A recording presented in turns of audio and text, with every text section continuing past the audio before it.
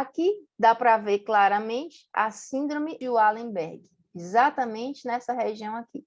Envolve o núcleo vestibular inferior e aí está-se diante de nistagmo e uma tendência a cair para o mesmo lado, ipsilateral ou ipsilateral, por conta de alteração no núcleo vestibular. Se a alteração for no núcleo dorsal do nervo vago, pode desencadear taquicardia e dispneia. Se for no pedúnculo cerebelar inferior, pode-se estar diante de ataxia e acinergia ipsilaterais. Se for no núcleo do trato solitário, está-se diante da ageusia, ou seja, perda no sentido do paladar. Se for no núcleo ambíguo, está-se diante de uma paresia ipsilateral do palato, da laringe e da faringe, e também uma rouquidão.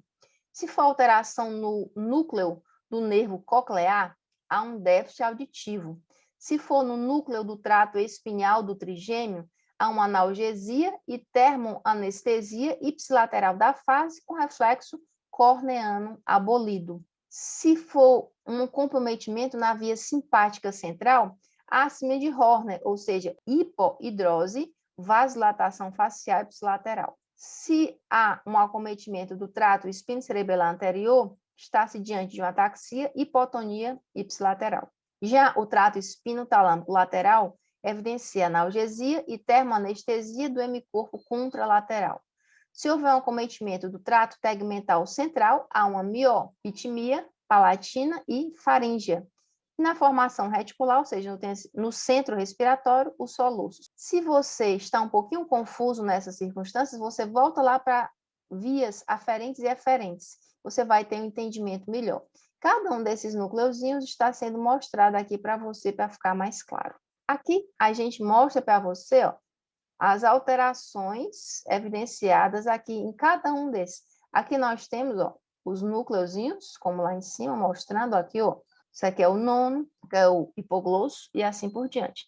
Aqui mostra a síndrome de Horner, mostram de analgesia, mostram de ataxia e a sinergia. Sobre a síndrome bulbar medial ou síndrome de Dejerine, que é uma variação da síndrome hemiplégica alternada, tem-se como etiologia uma obstrução dos ramos paramedianos da artéria vertebral ou basilar. Geralmente é bilateral, não é contralateral nem ipsilateral, portanto, há um acometimento mais global. As manifestações clínicas nesses casos referem-se à paralisia flácida do nervo hipoglosso ipsilateral, do mesmo lado da lesão, uma hemiplegia não espástica contralateral com sinal de Babinski, que é aquele cutâneo plantar flexor, em que há os dedinhos do pé, existe uma flexão deles e há uma extensão do hálux. E há uma hiperestesia contralateral referida à coluna posterior. E aí, por conta disso, está-se diante de uma hiperestesia, aumento dessa sensibilidade ao toque e à pressão, com déficit de sensibilidade postural, pela área acometida. Pode haver também nistagmo como manifestação clínica, quando a lesão afeta o fascículo longitudinal medial. Pois bem, vamos lá na síndrome de Dejerine ou bulbar medial. Essa zona aqui, ó, é a mais acometida. Aqui são as pirâmides bulbares. O fascículo longitudinal medial leva a um nistagmo. O lemnisco medial, se você não lembra o que é, volta lá em vias aferentes e eferentes. Se acometido, promove déficits contralaterais de sensibilidade tátil, vibratória e postural. No caso da oliva acometida, tem-se uma mioarritmia palatina e faringe ipsilaterais. Se o nervo hipoglosso for acometido, tem-se paralisia ipsilateral do hipoglosso ou hemiatrofia da língua. No caso do trato piramidal, há uma hemiplegia contralateral sem espasticidade, mas com Babinski positivo. Pois bem, eis aqui a localização da lesão. E aí, olha, a paralisia do hipoglosso está aqui. E esta é a paralisia não espástica, com os déficits, a mesma coloraçãozinha, de sensibilidade tátil, postural e vibratória, pela localização da via. Para ficar mais claro, você volta lá em vias aferentes e eferentes e percebe de uma forma bem clara a passagem dessas vias anatomicamente falando. A respeito da síndrome da ponte basal distal ou síndrome de Millar-Gruber, ou foville, temos uma etiologia ligada a alguns fatores, como a obstrução dos ramos circunferenciais da artéria basilar, a presença de tumores que obstruem essa região, ou abscessos, que também fazem uma obstrução local. As manifestações clínicas, neste caso, são paralisia do nervo abducente ipsilateral, normalmente periférica, uma paralisia facial, normalmente nuclear. Se você tem dúvida, nós já falamos sobre esse assunto, você vê a diferença. Há uma hemiplegia contralateral à lesão, analgesia, termoanestesia e um déficit de sensibilidade ao toque, à posição e à vibração, só que contralaterais, exatamente pela zona afetada. Pois bem, acontece exatamente nesse espaço, a síndrome de Miller-Glabé, ou pontina basal distal, como o próprio nome diz, né? Pontina basal distal, localização. Se houver uma alteração no lemnisco medial, está-se diante de déficits contralaterais de sensibilidade tátil, postural e vibratória. Se for no lemnisco lateral, há um déficit auditivo. Lesões do núcleo do nervo facial leva a uma paralisia periférica ipsilateral do nervo facial. A alteração no trato espinotalâmico lateral pode causar analgesia e termoanestesia do hemicorpo contralateral. Uma alteração do trato piramidal leva a uma hemiplegia espástica contralateral à lesão, e se for um acometimento do nervo abducente, pode ocorrer paralisia periférica ipsilateral do nervo abducente. Pois bem, aqui está a alteração e aqui como é mostrada a topografia da lesão.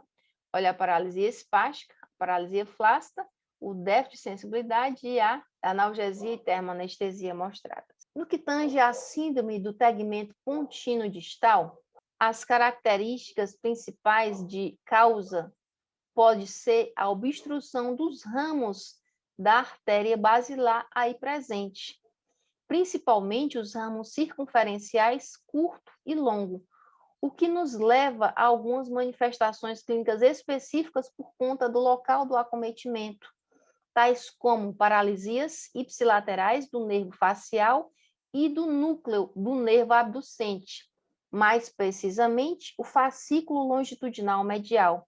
Está-se diante também de paralisia do olhar na direção da lesão. Se é esquerda, há uma alteração para a esquerda e vice-versa. Há também uma hemiataxia e assinergia ipsilateral, a lesão, referindo-se a uma lesão no pedúnculo cerebelar medial.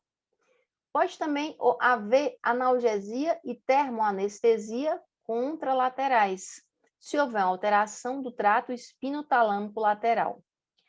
No caso da hiperestesia e de déficits de sensibilidade postural e a vibração contralaterais, se houver uma lesão do lemnisco medial, tem-se essas manifestações.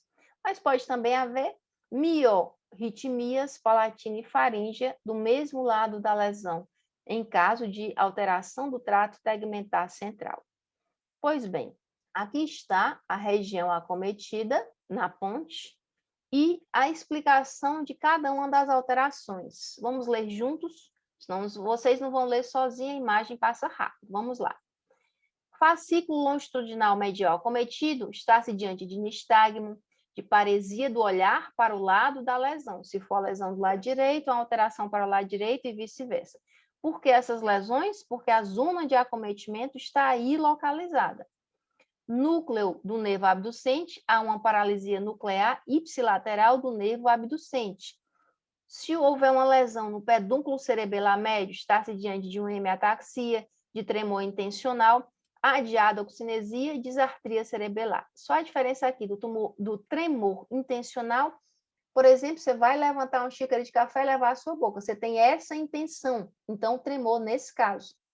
É diferente daquele tremor parkinsoniano, que é o de contar dinheiro, que é feito de uma forma involuntária. Núcleos vestibulares acometidos têm nistagmo, vertigem rotatória.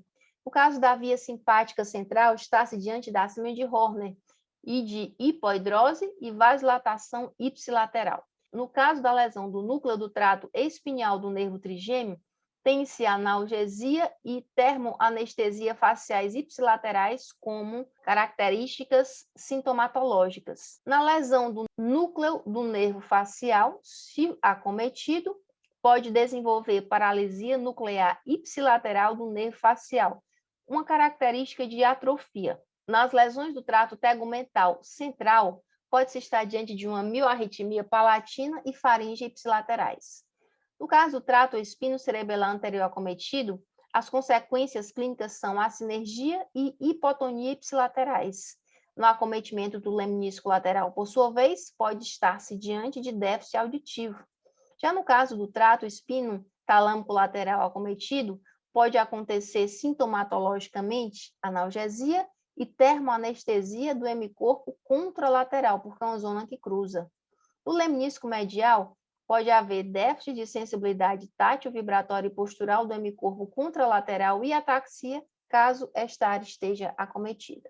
Eis aqui a zona de uma forma mais clara na visão de perfil, e aqui mostra para você as alterações, olhar a sinergia e assim por diante, para ficar mais claro você visualizar.